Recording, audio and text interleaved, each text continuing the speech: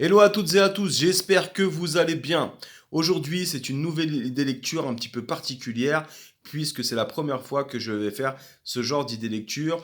En effet, ce livre est à titre préventif. C'est un auteur qui s'appelle Adama Kamara, et son livre s'appelle numéro 55.852, donc c'est son numéro d'écrou.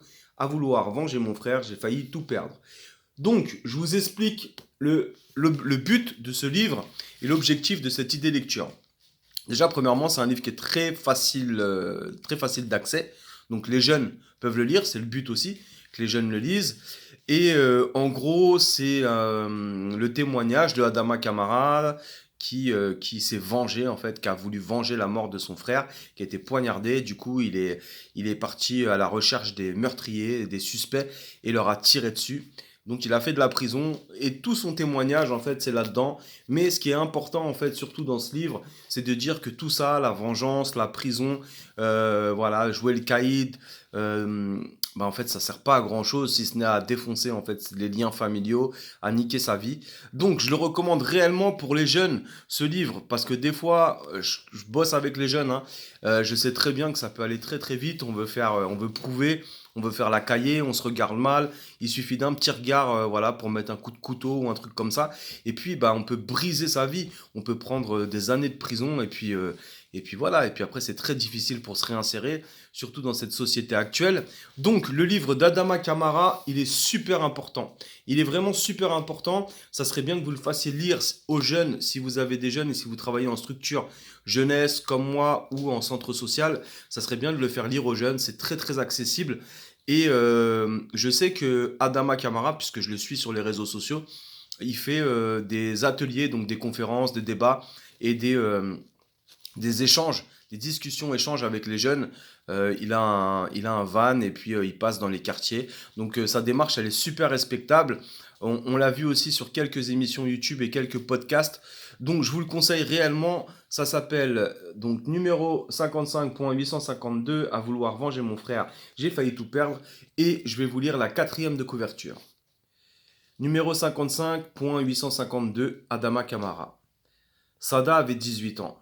Il est mort un samedi soir de 2011 devant une gare à la suite d'une rixe entre jeunes. Son grand frère Adama Kamara lutte contre l'envie de vengeance qui le ronge, mais la justice traîne, il craque et tire sur les 6 responsables. Incarcéré avec son autre frère Daouda, complètement innocent, il va mener un combat depuis sa prison pour le faire libérer. Dans ce livre, il raconte son long parcours en maison d'arrêt, ses amitiés et tensions avec les prisonniers, les surveillants, la justice, le drame terrible qui a détruit une famille, le temps partagé avec sa fille au parloir et sa longue marche vers la paix. Ce témoignage choc est une leçon de vie, un livre sincère sur l'absurdité de la violence ordinaire qui gangrène la jeunesse. La tentation de la vengeance détruit, la parole sauve. Voilà. Donc franchement, je vous recommande, c'est sorti aux éditions La Grenade. Je vous recommande ce témoignage de Adama Kamara. Comme je vous ai dit, c'est très facile d'accès, donc les jeunes peuvent le lire et après on peut aussi en débattre.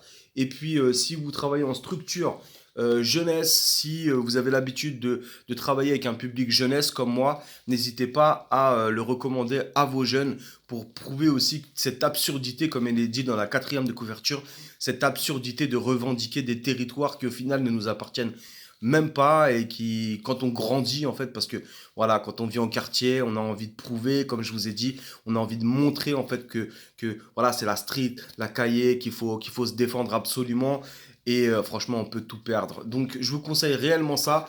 Bravo à Adama Kamara pour le travail qu'il mène sur le terrain, comme plein d'autres hein, dont on ne parle pas forcément, qui travaillent dans l'ombre. Mais c'est important de parler de ces ouvrages-là, en fait, qui œuvrent pour la paix, la prévention et surtout qui vont comment dire, générer des discours positifs et puis qui vont montrer que la prison, en fait, ça sert strictement à rien, malheureusement, et au contraire, ça ramène que des problèmes à la famille, à la maison, dans la street, tout ça. Voilà.